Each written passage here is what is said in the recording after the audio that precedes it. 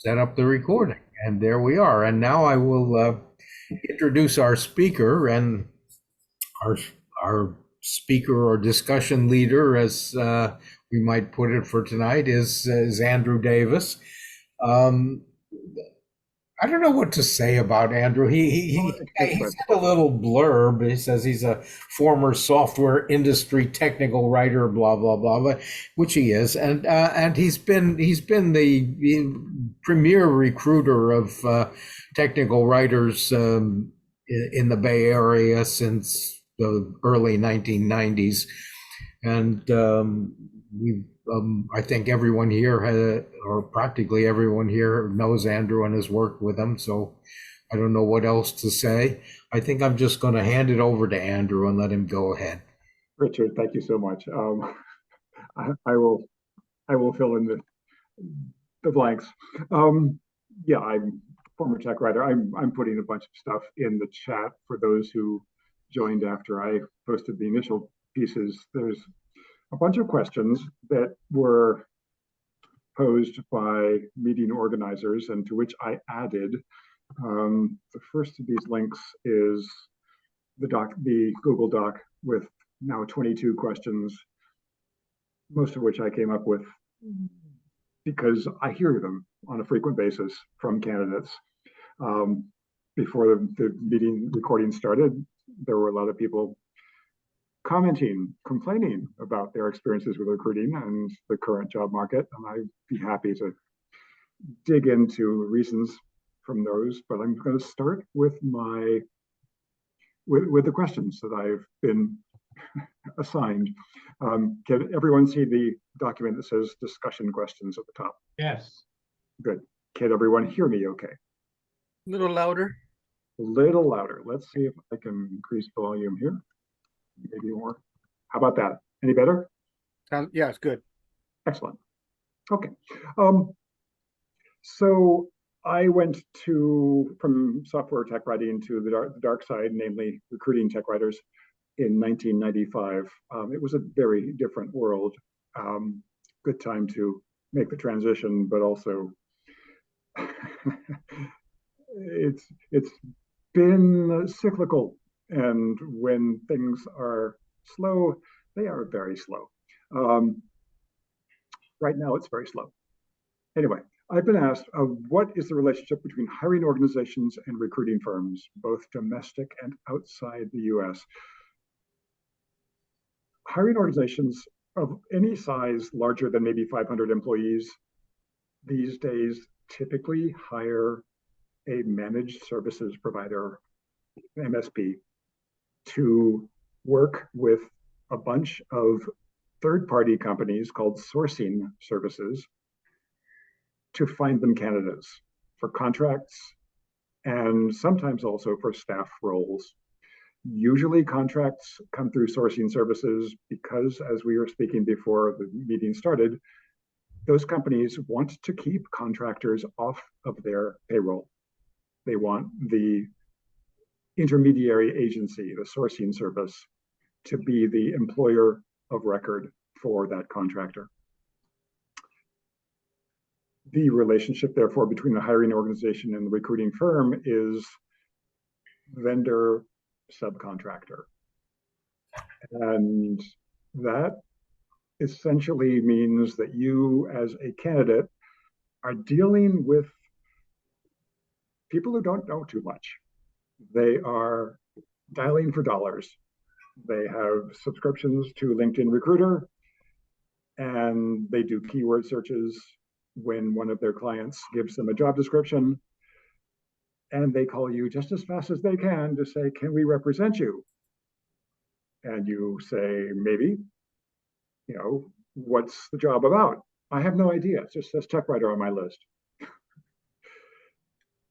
This happens very frequently. The sourcing service, to their, well, I won't say to their credit, but sure, so we don't blame them prematurely, they get one and only one opportunity to learn about the job. And sometimes they get that opportunity after they have been shown a job description. That opportunity shows up as a conference call. These recruiters, sourcing services, get on the call. The hiring manager, if they're lucky, the hiring manager's there, reads the job description, says, this is what I want, go find it. The sourcing services have the opportunity to ask questions about pay rate, questions about perhaps opportunities for growth within the company, opportunities to ask what kinds of candidates don't you want? But they typically don't, because it makes them look more amateurish, and the hiring manager is unlikely to give them a thoughtful answer. They're more or less being corralled into how fast can you go find somebody with the right label on their resume? And we will collect all those resumes in a great big database. We won't respond to those candidates, even if they're stellar, until we're good and truly ready. And that means we've sourced our own preferred candidates through our own networks. Our own employees have had the chance to refer candidates, and the CFO has given us the green light to actually spend money. You may be thinking, didn't they have the authorization to spend money beforehand? Often they did not. Often they've been told, fill our database with available candidates. This is what I call resume harvesting. It's ugly, it's cynical, it's the reason that you can't get answers after you've spoken to your recruiter. You may never speak to that recruiter again. At any rate, third party, when the companies are sourcing services, they are typically working at a huge discount relative to US firms because they are offshore. They are sales driven. They are interested in reaching you first and making you promises like, oh, the job is right around the corner. No, you'll never have to show up in person. Great boss, wonderful, wonderful opportunity. Wouldn't you like to start tomorrow? And you may be thinking, well, sounds good. What's not to like about these promises? Truth is, these sourcing services have no clout. The other truth is, after they've asked you for permission to represent you, they are under no obligation at all to introduce you. What they'll do is they'll ask for the right to represent, which is typically a written contractual arrangement, from as many candidates as they can reach who look credible. Then they'll go through those candidates, pick one or two as quickly as they can, and fire that resume unretouched, unedited, unread to the client. The client gets quickly buried with resumes, probably only pays attention to the first 40 or 50. And the line goes dead because it's too late, essentially, to introduce more better candidates. Even if you found the stellar candidate, if that person was not found in the first few hours, the gates are closed.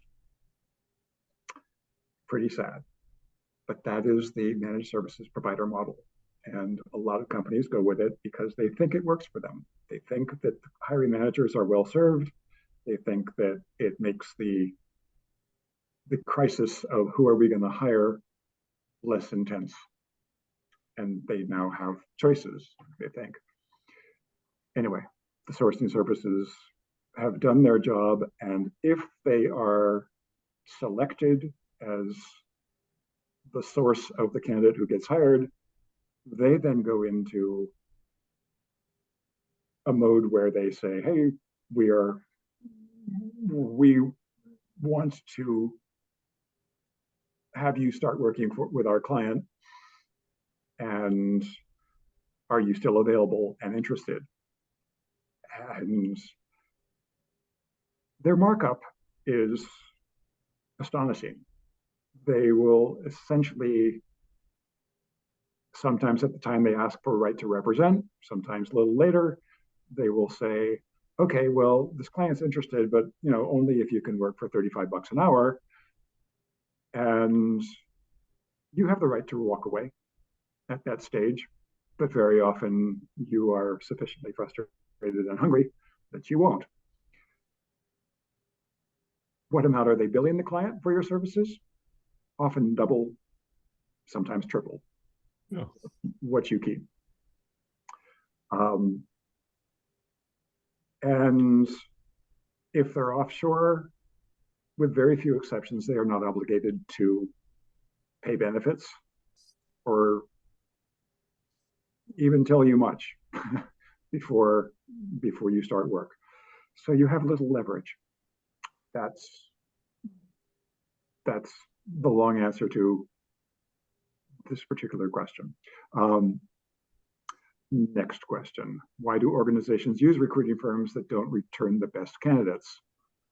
Because they're anxious about finding any candidates at all who are available, who have the right labels. And because they're ignoring their hiring managers' points of view. The hiring managers, I can tell you from personal experience, are frustrated out of their skin. They often tell me I see maybe 2 good resumes in 100. And by the time I reach those 2 candidates, they're gone because someone else has picked them off because they are in fact good. And I'm left with crap. Excuse my French. That's a dollar-driven decision from the chief financial officer and the HR people whose job it is to make hiring requisitions, shall we say, filled, but not necessarily needs met. There's a distinction. So why do big organizations use these management, these services that kind of aggregate sourcing services resumes? They do it because it's, from their point of view, efficient. One conference call, and to read the job description and potentially answer questions, and the rest is stand back and look at what you receive in the form of resumes. Simple, right? Well, only if you get good candidates. But the hiring managers, who you might think have the opportunity to say, don't use those sourcing services, use this person who I know actually knows what they're doing. They don't have the right to do that. They cannot push back on HR or on their CFO and say, look, you're wasting my time with these useless resumes of people who aren't available or aren't comfortable with the rate they've been forced to quote. So how does the arithmetic work here, Andrew? I mean, there are so many people out there looking for work, and there are so many people advertising for jobs. Is anyone getting jobs? Nope. They aren't. Most people are getting silence. I have heard in the last couple of days of people getting great gigs, as in gigs that pay more than they used to make. But those are all through personal networks. There's like, I know this person working at this company. I sent them email. I said, I'm ready to leave my employer. Can we help each other?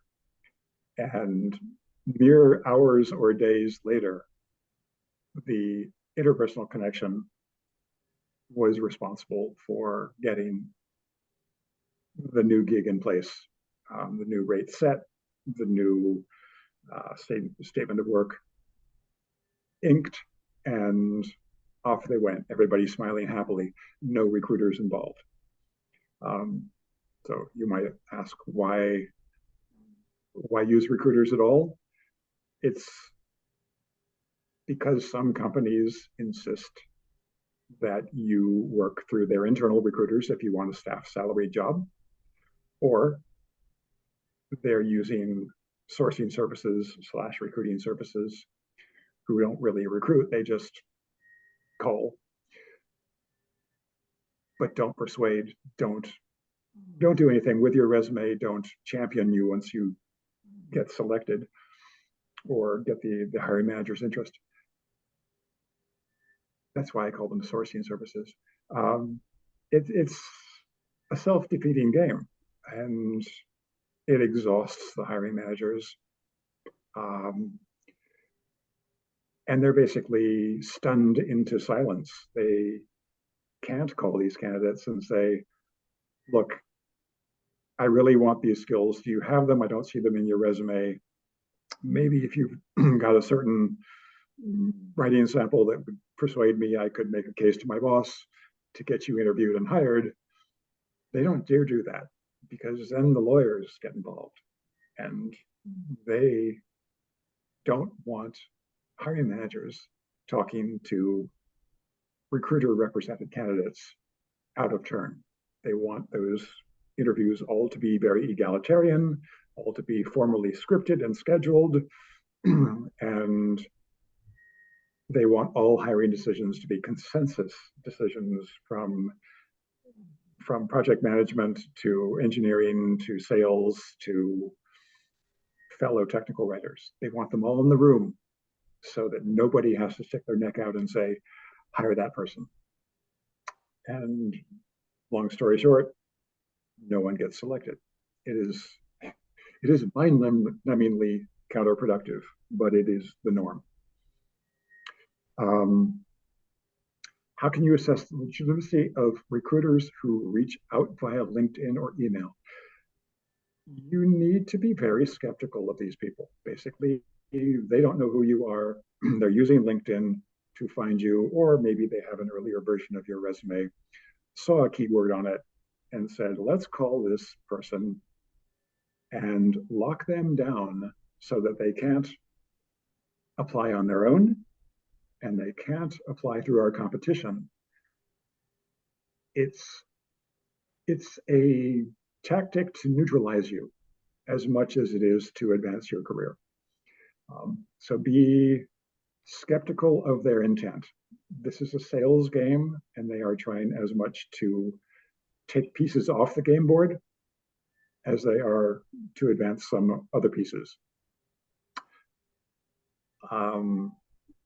You may have heard me say in the past, it is not hard to stand out among a less than ethical tribe.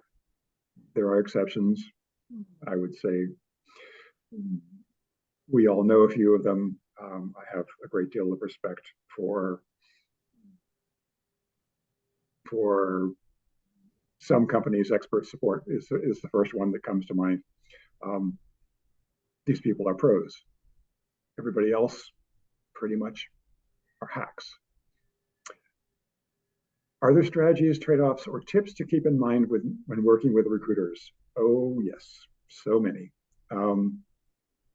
In general, I'll ask my own questions later in this sequence of questions that will cover some strategies. But if you understand that recruiters are playing a numbers game, that they don't have any interest in what you do or how you fit in or how to sell you, they merely want to harvest your resume.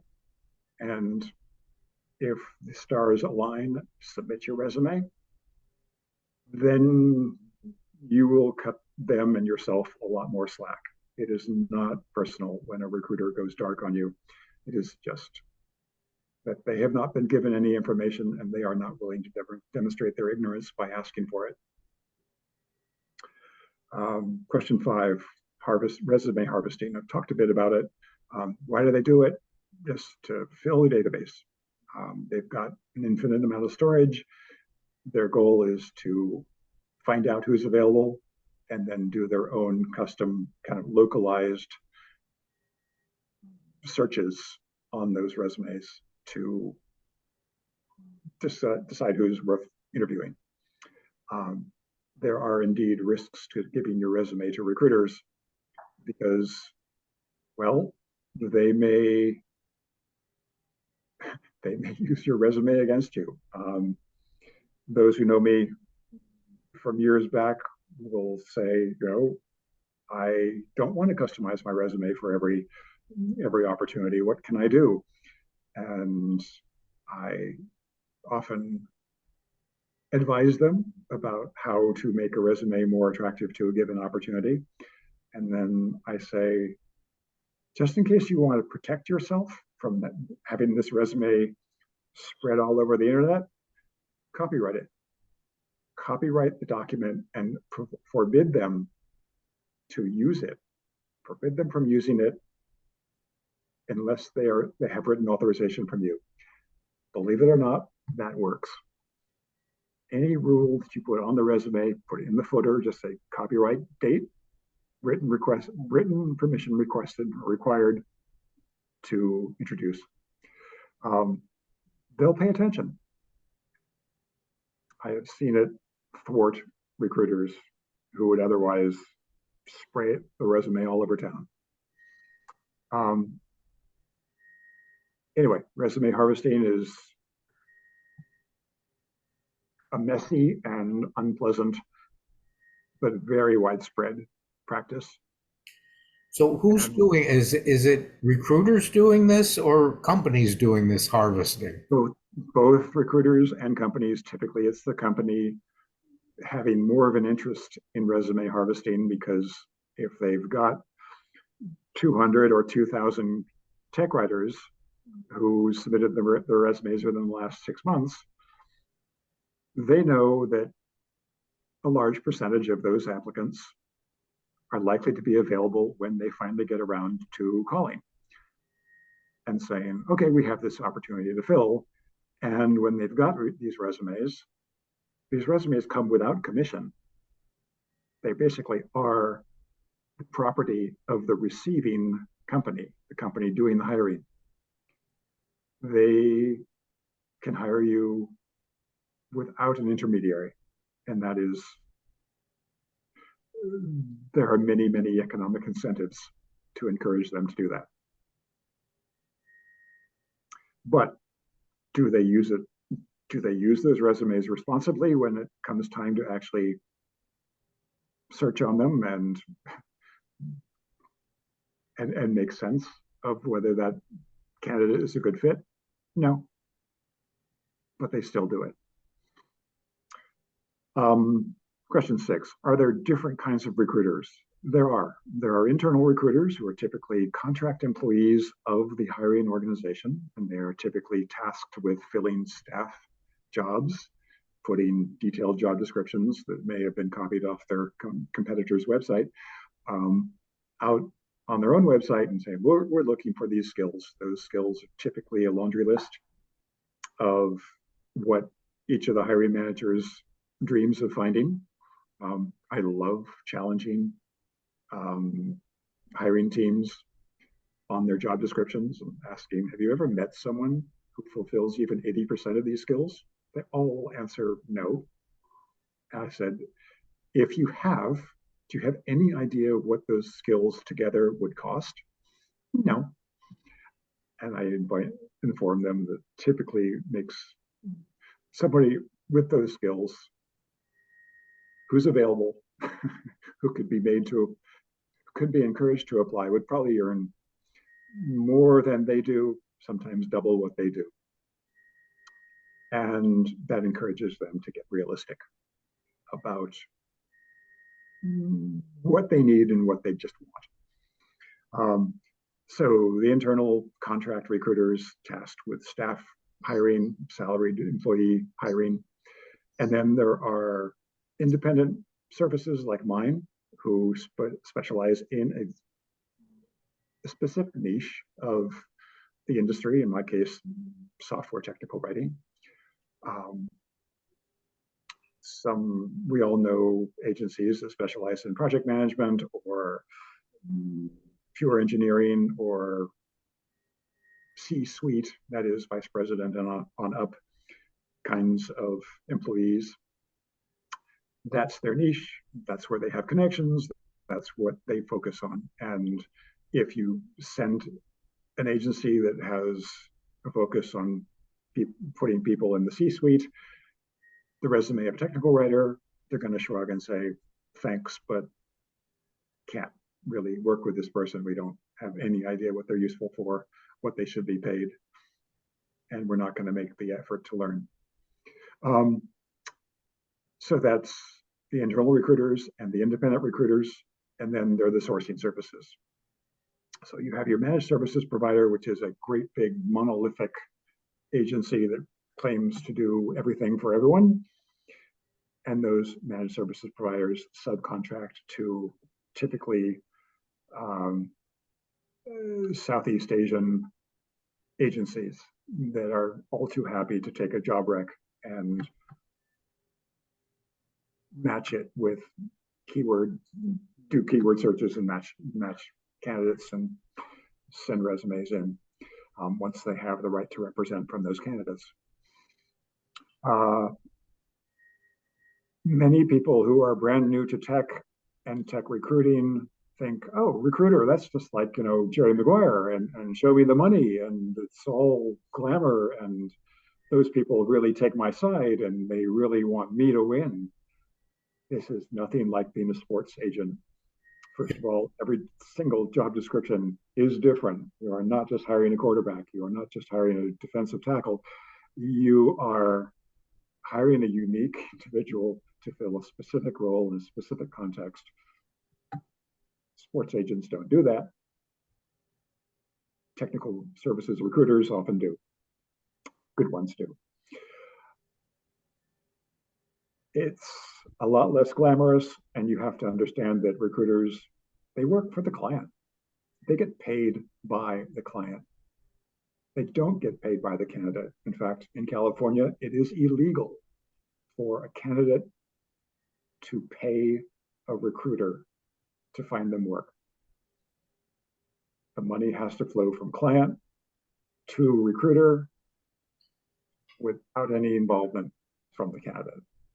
So recruiter is not like an agent. Like an agent will take 10% of the client's money. So it's not that. Okay, so let's talk pricing. For a salaried position, it is no less than 20% of the first year's salary, guaranteed for 90 days in my case, and essentially I do all the background checks, I do all the coaching, I arrange the interviews, blah blah blah blah blah. Okay, that's staff hiring. Contract recruiting is a Wild West by comparison. It is whatever markup you can get. In my particular situation, I've never taken nor will I ask for a profit of more than 20%. So that is a candidate working on a 1099 basis, being paid $50 an hour, costs my client $60.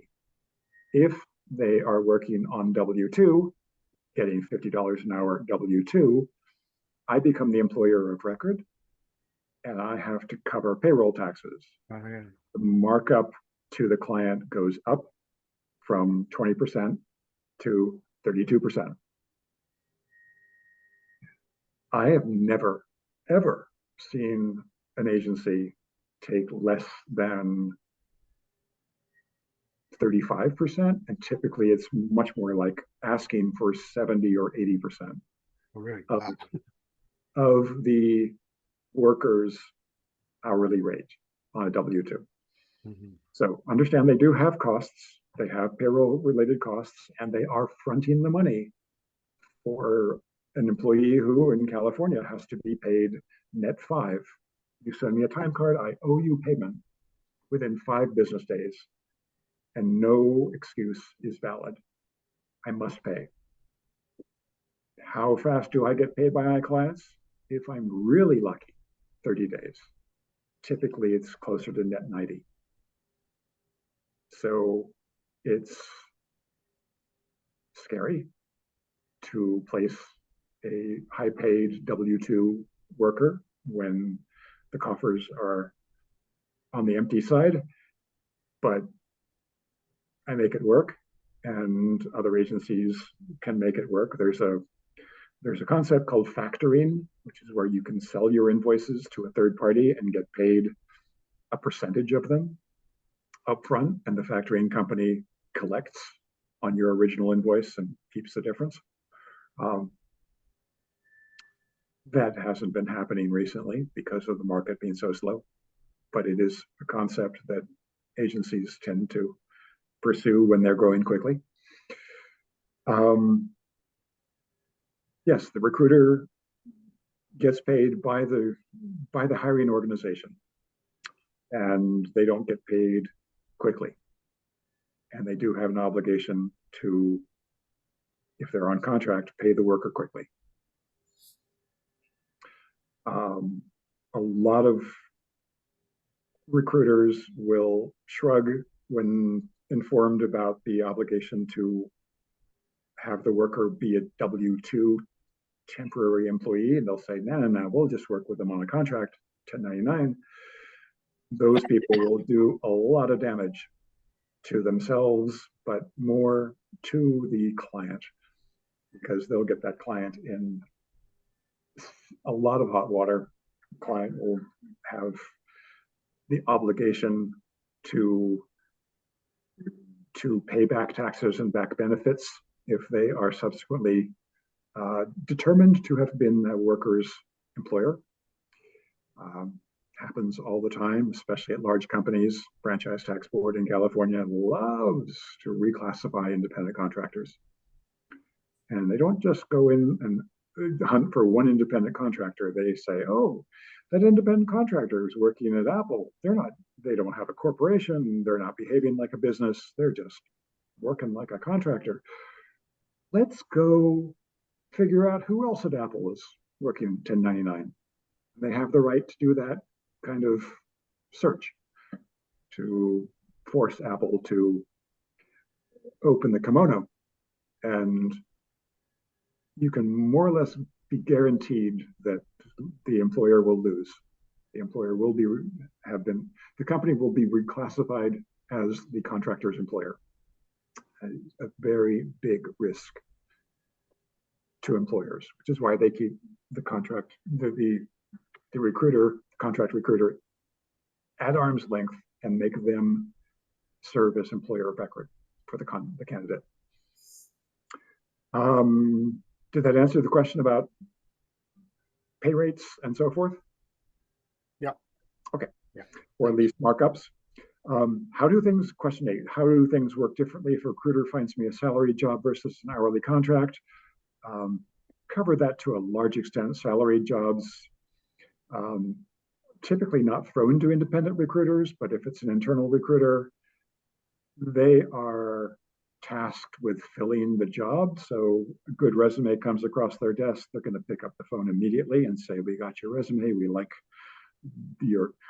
the way it looks for this particular opportunity. When are you available to interview? The first interview is always with the recruiter, is always a behavioral interview, like what's your favorite kind of tree, or what's your favorite animal, or where do you see yourself in 5 years? Content-free questions, but proof that you can cope with, that you've got a sense of humor and that you can be patient with know-nothing middle people. If they like you, if they don't see you as a risk to their culture, they will assemble interviewing teams. Typically, there will only be 2 interviews for a contract or for a salary job. One is meet the players and then meet the boss. And then they make a decision. Doesn't mean it's quick. It just means that they're not going to interview you 3 times. If they do, they've probably rewritten the job description in the interim. So I have lots of advice there, but that's not the topic of today's presentation. For an hourly contract, you are going to work through an intermediary, probably not an onshore company. If you can communicate clearly with your recruiter or your sourcing service operative, then hooray, that's not normal. If that recruiter responds and has useful information, also hooray, that's not normal. More or less expect it to go nowhere, but know that your resume landed at a certain company. The upside of scattering your resume around town is after 6 months, the receiving company owes no further obligation to the sourcing service. It is their property. Your resume is their property, and they can hire you without any markup, without any involvement of a third party. So that might be a good incentive to just say, oh, sure, agency, go ahead and send my resume to XYZ company. If you want ultimately to work with that company, at least you have even or better than no odds of your resume actually getting there.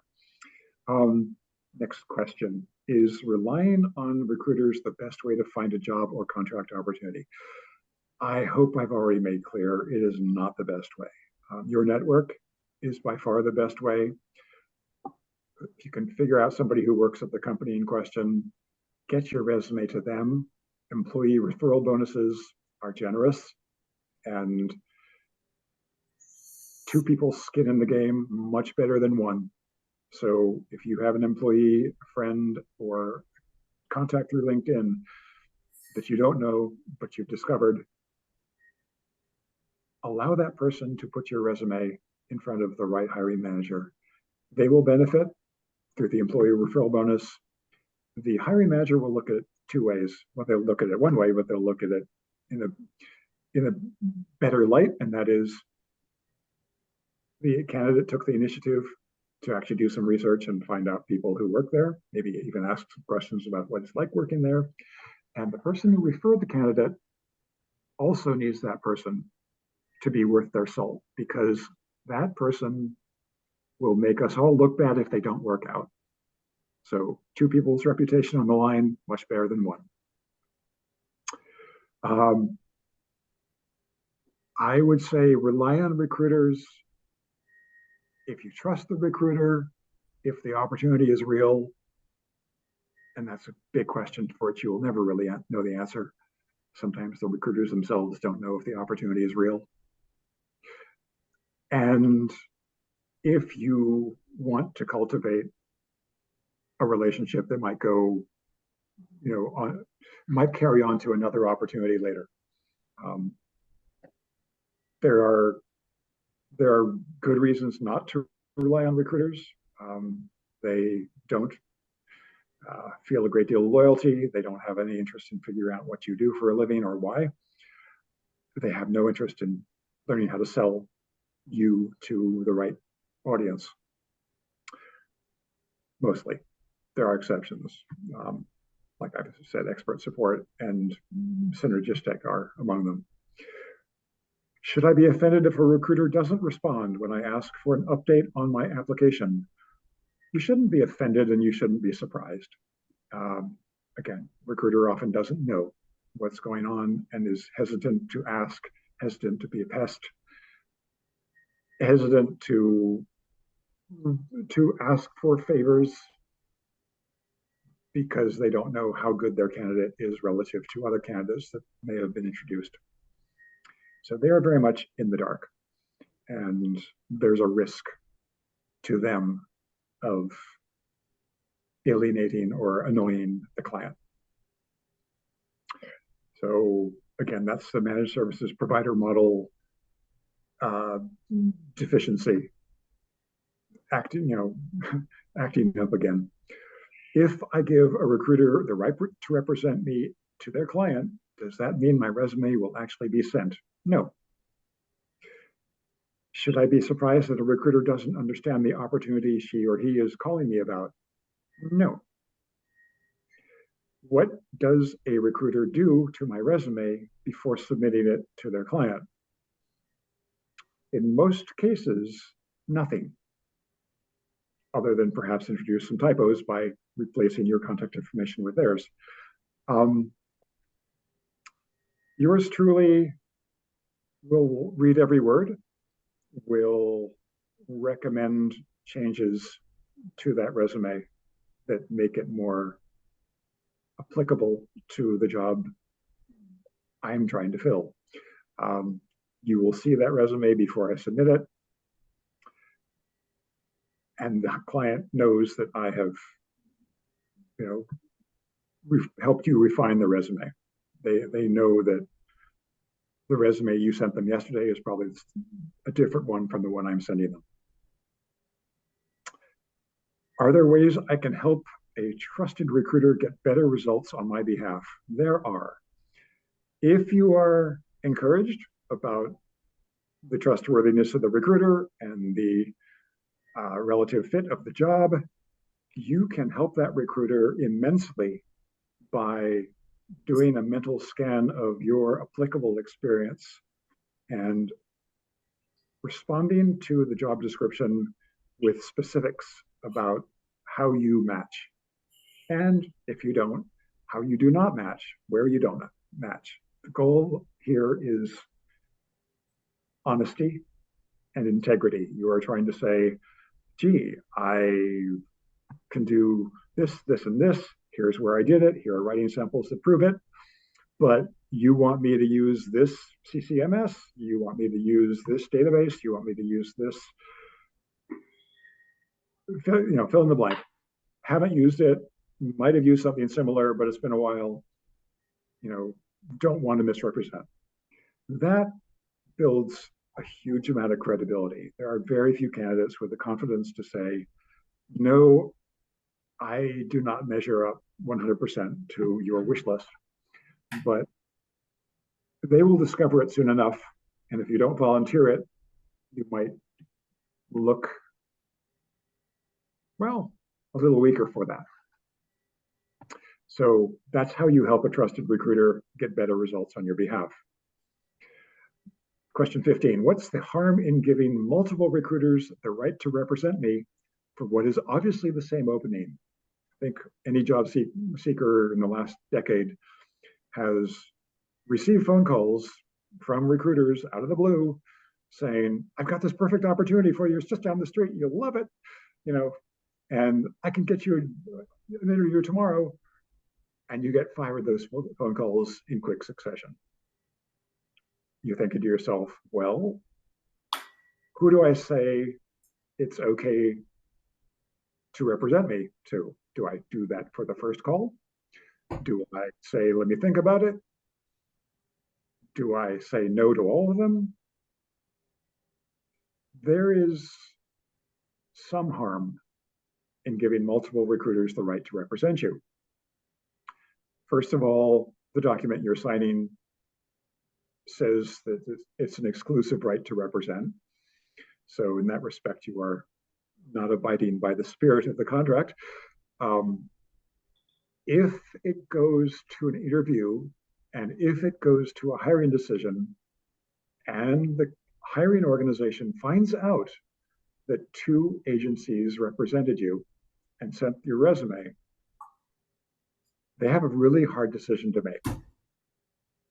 Most companies will say, we do not want a lawsuit. We do not want to be sued by the agency that lost the commission because we went with agency ABC's resume for the same candidate.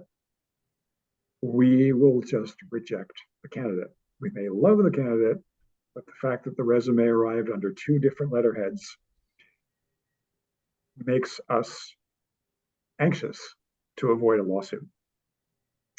If that happens, giving multiple recruiters the right to represent you was a mistake. I will now tell you the story of how I got into Oracle in 1986. I forbade 2 different agencies from representing me there. I really wanted to work there, But there was a no-name agency, and there was an agency that I worked with before, and I knew to be very sleazy. And I told the second of them, do not represent me for this opportunity. My resume is already there. I've sent my resume a couple times. Don't mess things up. They ignored me. They sent my resume. I got interviewed. They said, there are 2 different groups that want to hire you. You choose. I think that's about the only time I've ever heard of that happening. Maybe others have stories to tell, but I got really lucky. They could have basically said, Andrew, two agencies represented you. They could both sue us if we paid either of you.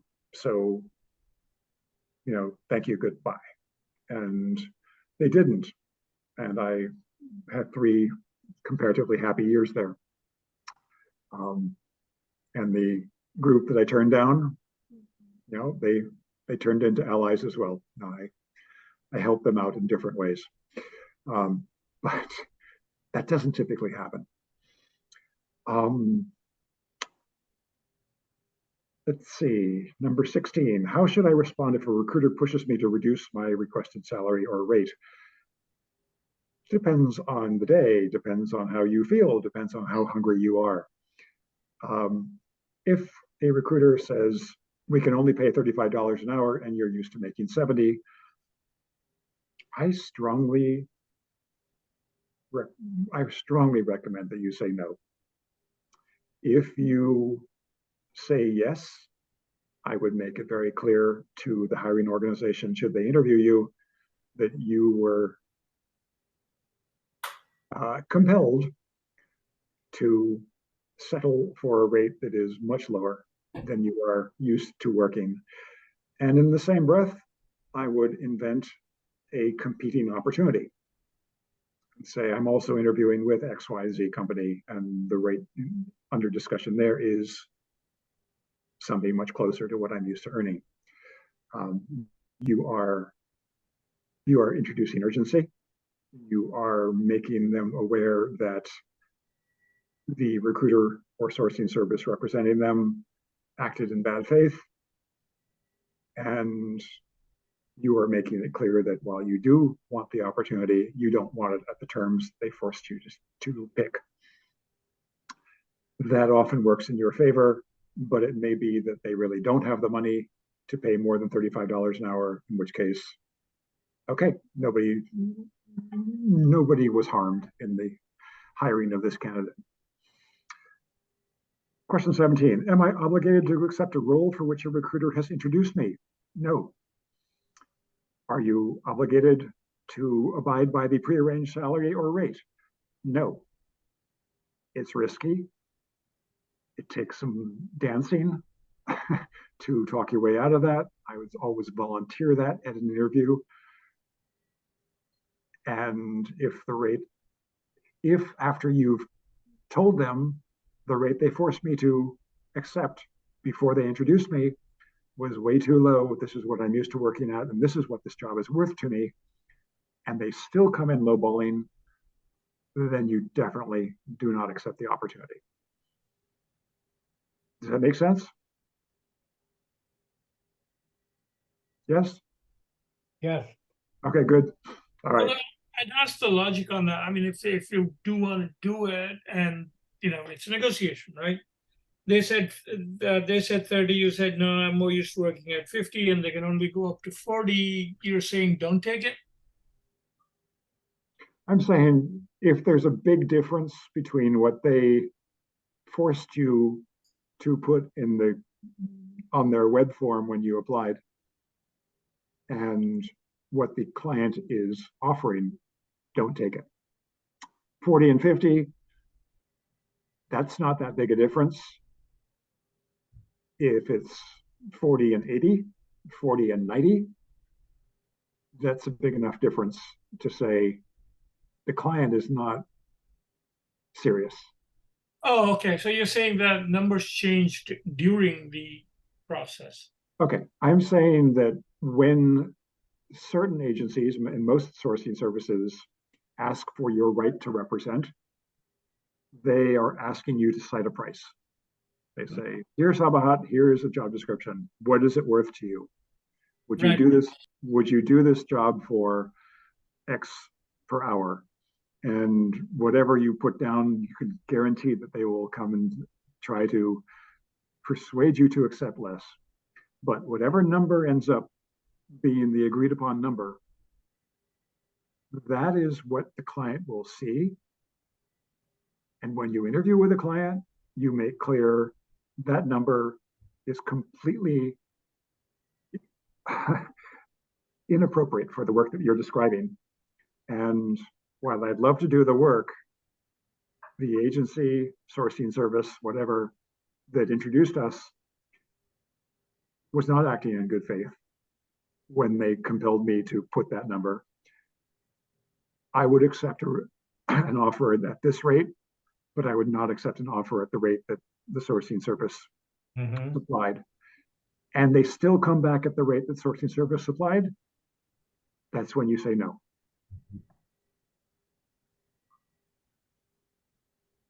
Either you don't want that job or they ignored you. So how do you negotiate with the recruiter who wants, you know, a 70% markup and that's the obstacle? How do you negotiate? Well, carefully. If it's a salaried job and it's the first one you've seen in a while, there's really, I mean, it's not up to you how much they get paid. If it's a contract and you sense that there's, you know, it's $150 an hour work and they're asking you to do it for 40, then you say, no, this is, you might not understand, but I understand. I've been doing this 50 years or 15 years. This is the rate that an expert charges for this work. And I'm not willing to do it for less than X. And you make it clear politely but firmly to the client when you interview that the rate that the agency demanded you consent to is too low, and the right rate is X. And it doesn't, in the grand scheme of things, if they're able to get 70% on a number that you like, okay. Ultimately, it's not a forever arrangement, and the client knows what you are keeping, what they're paying, and what value they're getting. If they say, well, we've only got a budget for the last 3 weeks at the rate that the agency is now quoting, you probably say, that's not helping you and it's not helping me, so let's just, you know, let's be grateful we met each other. Call me anytime, and walk away. Because the agency has not made any effort at all to compromise. I know that agencies they can't afford to lose a candidate that the client likes. So once the client likes you, the agency basically has lost a great deal of leverage, especially if you know your value. So you keep mentioning this agreement that you signed with the recruiting firm or whatever. I've never seen such a thing. It's where does that happen? When does that happen? Where in the process does that happen? Okay, you apply to you get called and you get told, Richard, we've had the greatest opportunity for you. It's a contract with X, Y, and Z company, you know, doing this kind of documentation. And you say, okay, I'd like to learn more. And they said, well, we'll be happy to introduce you. We don't know anything more, but you know, what do you want to work? What's a good rate? And you tell them $100 an hour, and they say, ha ha ha, don't you mean 30? And you go from there. And maybe you end up at 40. And you shrug and you say, all right, try to get me an interview at $40 an hour. You do get the interview. And you walk in there and you say, oh, about that $40 an hour, that's a rate into which I was coerced. The rate that I want for the work that you've just described is X. And you need to understand that the agency that introduced me doesn't have a clue and coerced me into taking a lower number so that they could get a higher markup. If you want me, this is the number. And then you have all the marbles. The agency has none.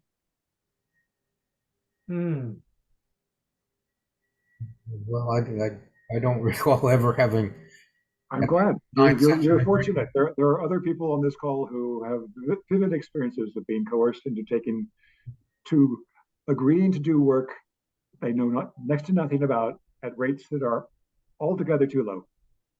And that rate negotiation happened before their resume was submitted.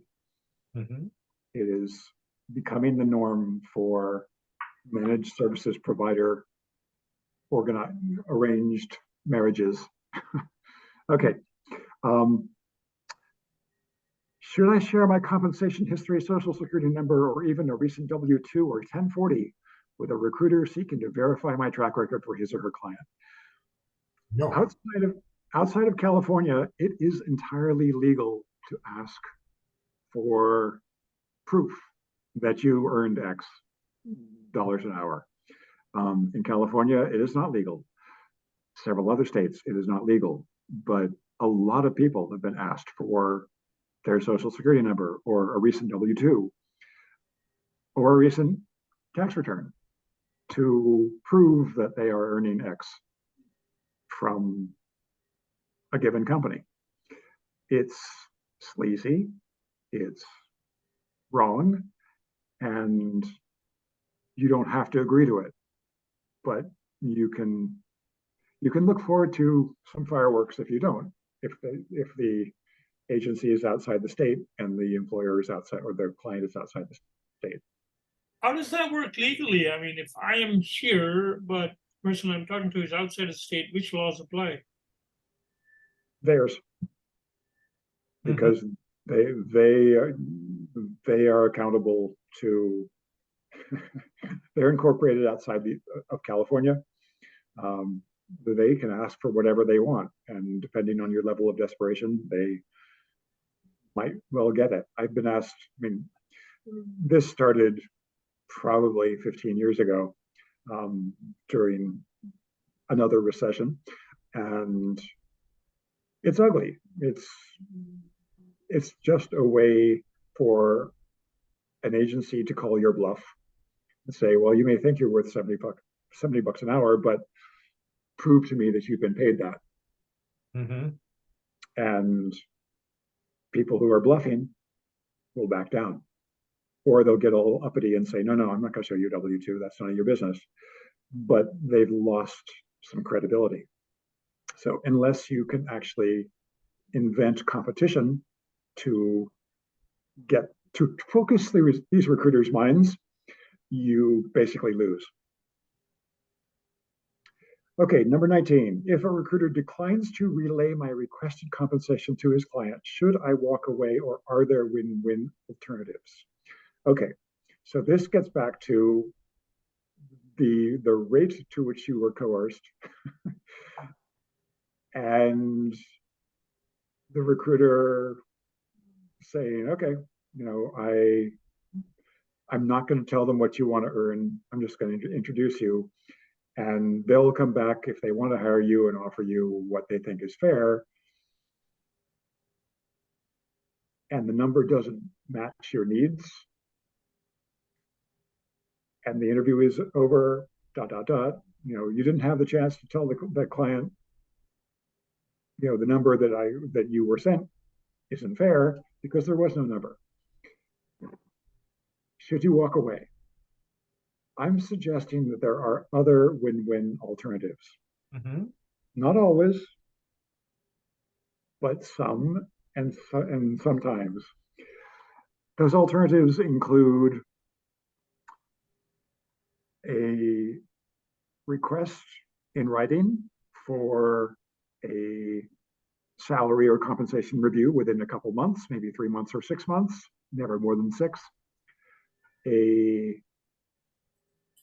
training, or specific opportunities to train on technologies that you know are marketable. A lot of companies out there have switched from long form PDF documentation to docs as code, and you've never had the opportunity to use docs as code in the workplace. And suddenly here these people are, living docs as code, and you'd love to get your hands on that and show some writing samples using Markdown and Git. So maybe if they say, yeah, we'll train you on that, or we'll give you the opportunity to come up to speed and we'll make sure that you do it our way without blaming you for not having done it before. Or you can ask for pure offsite, which is increasingly expected by professionals, by experienced professionals, and hard to secure by short-sighted Silicon Valley companies who want to show their chief financial officers why they actually have office leases. Like, come back to the office. That's why we rented these places. I recommend asking about fully remote. I also recommend asking for part-time work if you don't want it on a full-time basis, so that you can keep on looking for other things. And another alternative is to say, okay, I can work with you, but I have, I need to take 2 months off every year. And the first break I'm going to take is going to start in 6 weeks. Don't make me cancel my vacation. Mm-hmm. These are all things with which you can negotiate. And if they're not fighting over money, sometimes they can push these kinds of allowances through management. It's worth asking. You don't hurt anyone's feelings by asking. Question 20, are recruiters interested in my career development? No. Or are they just helping me move laterally, like into a role I've already proven I can handle? Yes. They are interested in helping you move laterally. They are not interested in using their imaginations. They are not your best bet if you say, okay, I've been a lead writer and now I want to be a manager of 15 people. They won't be able to help you make that case. They don't have the guts and they don't understand enough, and they're not willing to do enough research to figure out how to sell it to their client. So good for lateral moves, not so good for steps up in responsibility or compensation. Do hiring managers have their pick of which recruiters they can use to supply candidates? Emphatically, they do not, except sometimes at startups, which is why yours truly almost exclusively works with startups. Larger companies, they are obligated to go through the managed services provider model that I've talked about at length, and that ties the hiring manager's hands with respect to the sources of resumes. I wish it were not thus, and you would not believe some of the excuses I've been given about why a certain company can't possibly add me to the vendor list. But it's the way the world works these days, and I hope the pendulum swings back someday before I retire. Question 22, what can I do to encourage a recruiter to respond after submitting my resume? This I've answered in part before. You invent some urgency. You create a measure of deception to say, look, I'm interviewing with this other company. I'm talking to their VP of engineering on Thursday. We're talking about a pay rate of X. If it's a contract, it'll keep me off the market for 9 months. Don't you think you ought to try to move the needle, folks?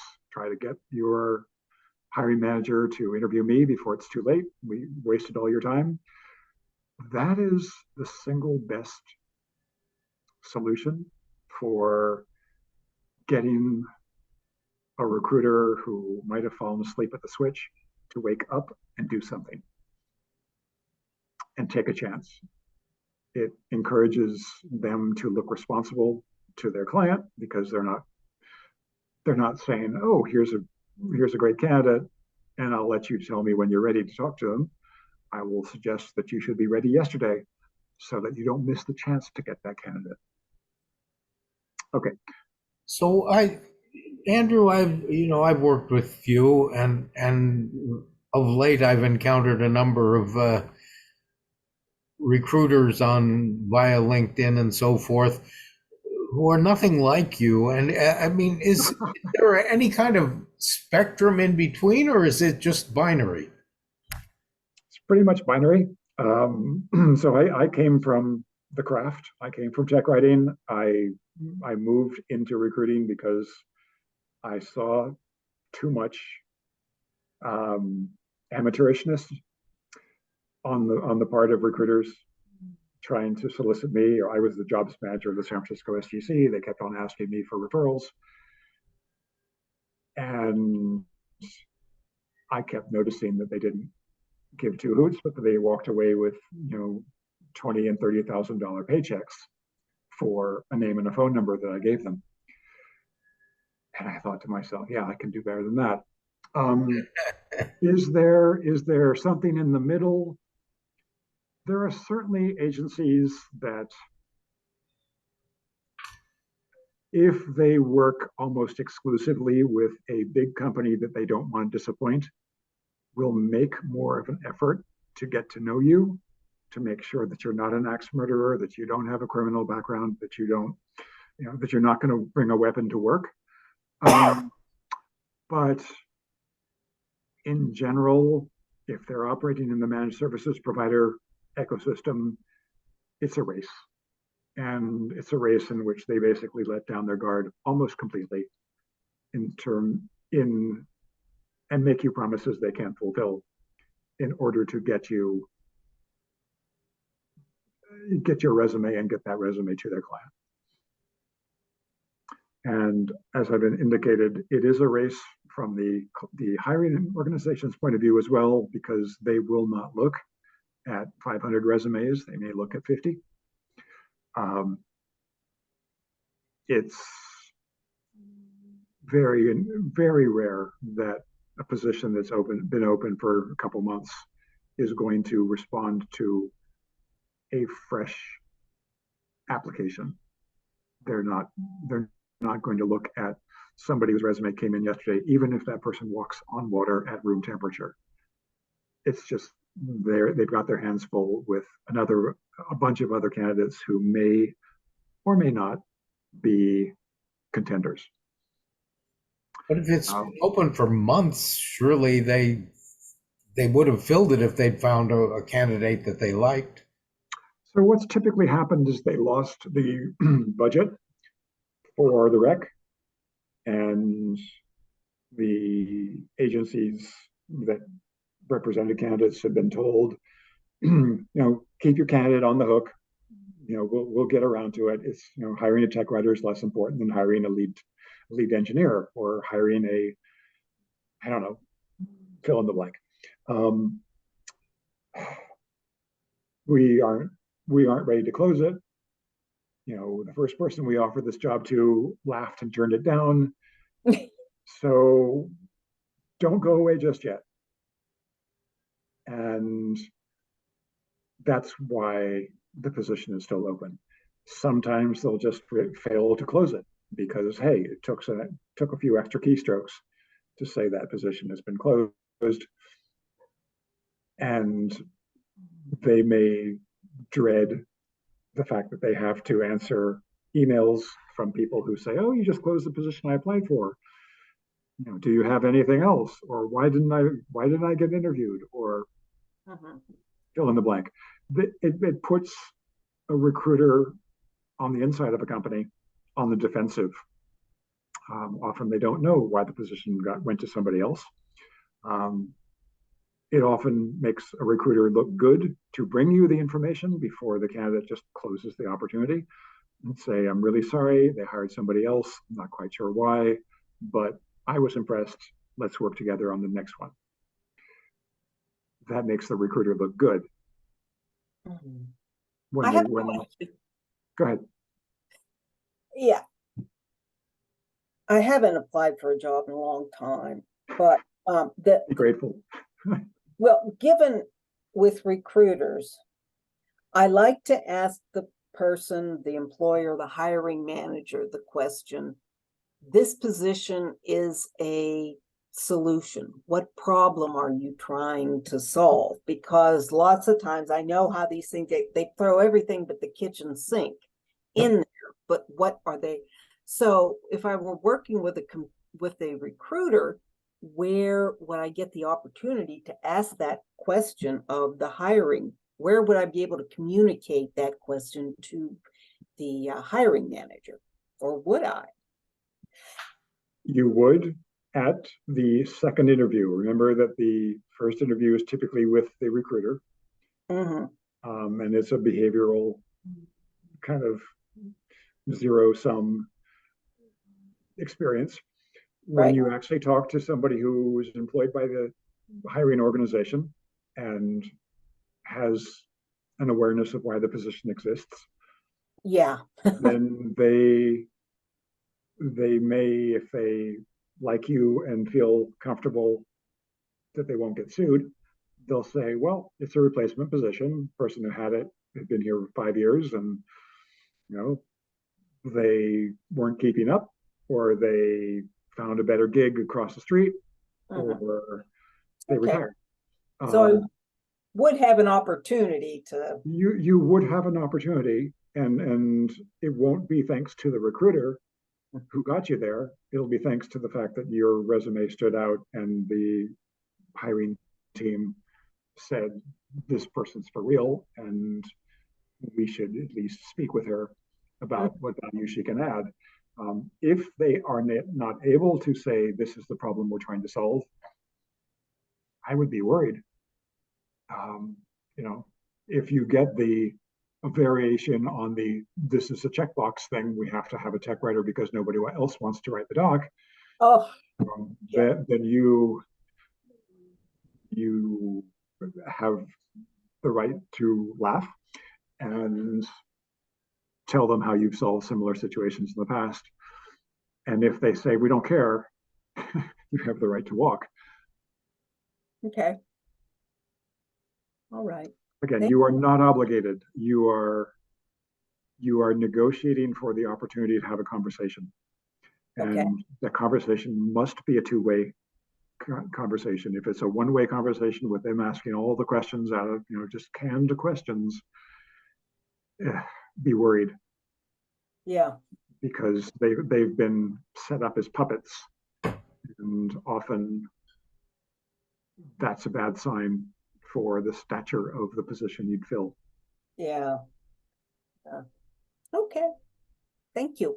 Yep, certainly. Thank you. Andrew, I've got a question. You were talking about the agency gives you a really low rate, but you go with it anyway. And then in the interview, you bring up that, well, you took the low rate under duress and so on. Do you bring that up early in the interview, or you kind of establish a rapport and a level of usefulness to them first? Or I would bring it up late in the interview because I would want as much opportunity to get my mind around what they actually needed done and their challenges. If you go in there and say, I'm not a robot, but I will not work for less than X, on principle, right. then they have every right to say, that's nice, bye. Thanks for your time. But if you go in and say, tell me about your problems, let me tell you about how I'd solve them, and I'm really grateful that you noticed these things about my resume. Let me tell you even more so that we're all convinced that we can help each other. And then you say, I'm aware that when I initiated contact through this agency, they obligated me to cite a rate. Given our conversation, given this discussion, given what I know now, that rate is not realistic. And I'm very sorry, but I'm not willing to work for, $25 an hour, which is what they obligated me to to say, this is the number that feels fair. And if you can get the agency to pay me that, and you can afford whatever they ask as a bill rate, then let's rock and roll. If you can't, maybe speak with them about applying a little less pressure on good candidates to lower their prices. And Thanks. That's good. maybe good things will happen, and maybe the agency in question will just say, we're not working with Bruce anymore because he tells tales out of school, which is just fine. There are thousands of agencies. Yeah. Every single one of them goes through every one of their recruiters in probably less than a year. So there's no longevity in this particular game. Oh, so they really, so the turnover is very high. Yeah, they're salespeople. I mean, if it's a slow season economically, like we are in right now, and someone gets a chance to go sell pharmaceuticals or go sell beauty products or go sell, dog food, they're going to do it. Are there any domestic agencies left, or are they all overseas? There are a bunch of domestic agencies, but they tend to have gone the managed services provider model. They tend to have gone the I do everything for everyone model. And so what they have is a series of, glad handing IT speaking salespeople who in turn, tell the hiring manager everything that the hiring manager wants to hear, and then solicit their network of sourcing services for candidates. So the managed services provider they're in the loop they'll tell their clients they're there for quality control and that they're there for compliance control. And what that means is we make sure that all of the candidates that get hired are in fact W-2 employees of the sourcing service they were introduced by. And you will not be on the hook for an independent contractor reclassification audit. That's how they sell themselves to the legal department and to the CFO of their clients. What they do is they mark up the hourly rate provided by the bill rate of the sourcing service. They mark that up by 3 to 7% minimum. And they do that just by saying, we control the software that consolidates the invoices. And we make sure the sourcing service gets paid someday. But other than that, MSPs are a cruel joke. And we will all one day laugh at how we self-destructed or how managed services providers were, the light went on and in someone's brain and they said, gee, why are we paying this managed services provider? Why can't we just have the vendor of recruiting services sign a contract? We have electronic compliance arrangements that way. We make all our recruiters carry operator, insurance. We make them carry errors and omissions insurance. I spend $5,000 a year on fundamental errors and omissions insurance and business operations insurance. It seems to me that this recruiting business, the way you're describing it, is a promising field for AI. Oh, it is. It is. I very much hope that at some stage within the next couple of years, the sourcing services in particular are supplanted. And I won't be too sad if my expertise as a recruiter of technical writers with, a 7,000 person LinkedIn network actually gets swept away. But until then, I know that an agency like mine can fill a job that has been open for 3 months for a startup that doesn't know how to position its opportunity. I can fill that in 5 minutes. Mm. And that's probably worth an investment in AI. But I do this by telling the truth. I don't I don't hallucinate like some AI systems do. I say, what you're asking for doesn't exist. Here's the closest person I know, and this person is available. It costs this, and will do a good job because they're working at my introduction, at my behest. They trust me, and therefore they will trust you. I don't think that's easily replicable by an AI system these days. I'd like to mention something that just happened with respect to rates, going back a few questions. I've got an offer on my desk. It's for 50. It's not great, but I knew that going in that it was 50 W-2, and I can. The market's been thin, Yes, it has.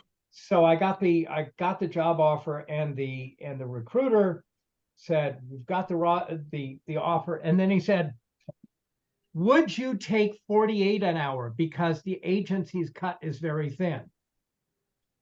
I did not say "fuck you," which is really, which What you were thinking. you who know me will know that would be my strongest inclination. But I said, absolutely not. 50 is as low as I go. That's what I was in it for. No. And he backed off. Yep. But I did want to find out on this particular gig,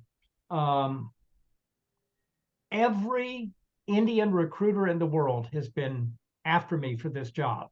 I've gotten well over a dozen things, and I have no objection to them being Indian. God knows I grew up with Indian people. They're clueless. They're all of them clueless. It's clearly just LinkedIn scraping for whatever Yeah. job stuff Okay. is, and unfortunately, and I regret this badly, is that I'm losing my hearing, and I have trouble understanding them on the phone now. I didn't used to, but in the last 10 years, those are. So I'm wondering, is there anything?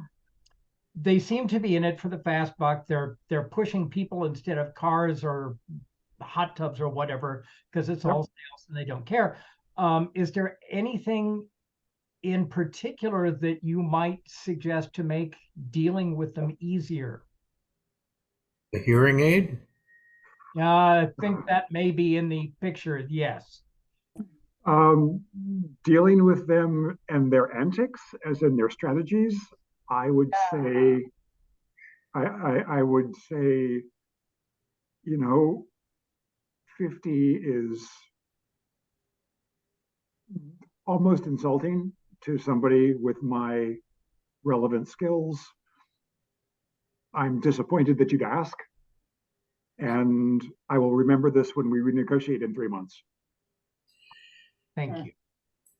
I got one of those feelers from somebody saying, here, look, I got this job and it pays $35, and so I said back, well, I work in the San Francisco Bay Area. I couldn't afford to work for 3 times that, and so he comes right back. He said, "Oh well, it's actually probably a minimum of 45."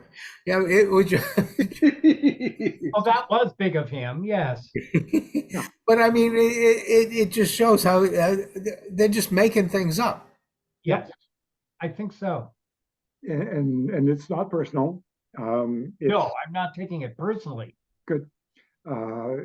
It proves John's point that they are clueless, and they are very careless and contemptuous of what you offer. And it's a good idea to be patient but firm with these people and put in writing what you need to stick. I I think they're evil. I have really no do. problem with that perception. You know, they are doing such damage to their clients' reputations. I Mm, mean, I cannot begin to articulate how great companies have been relegated to, you know, their reputations trashed by representatives who are basically doing this usury game on you. And that's very sad because they've worked very hard for those reputations. And No, the no, team, the team inside the walls has earned it. And these third-party sourcing services are just trashing it. And I think the more self-respect you have, mm, the better leverage you have. But play the same game right back at them and say, look, I've got something else going on, and you had better play ball by my rules, or you're going to waste your clients and you're going to waste your reputation with the client for actually introducing worthwhile resources who are available. Yeah. Because you are burning this bridge. And again, they put a great deal of energy into finding people. They may not put any energy at all into finding you, but they got lucky. They're having a conversation with you, Richard Matiosian, or you, John Hedke, and they should feel like, hey, they're talking to tech writing royalty, but instead they're talking to, you know, someone who sweeps the floor. Yeah. And it's what they've been told to do. It's the way they've been trained, and they will sober up if you. I think Nikki is pointing out that we should probably end the recording here. We can go on talking for as long as anybody wants. I've enjoyed this. Thank you for the Yes. opportunity. yeah, come to think of it, I wanted to say something, but it's better said without recording. Okay. Okay, It I is Thank you, need to Nikki. move along here. pearls of wisdom that you have. Thank you. All Yes, right. Well, thank you very much, Andrew. Thanks, Andrew. Really appreciated this It's a pleasure. Thank you. I need to recording leave. here.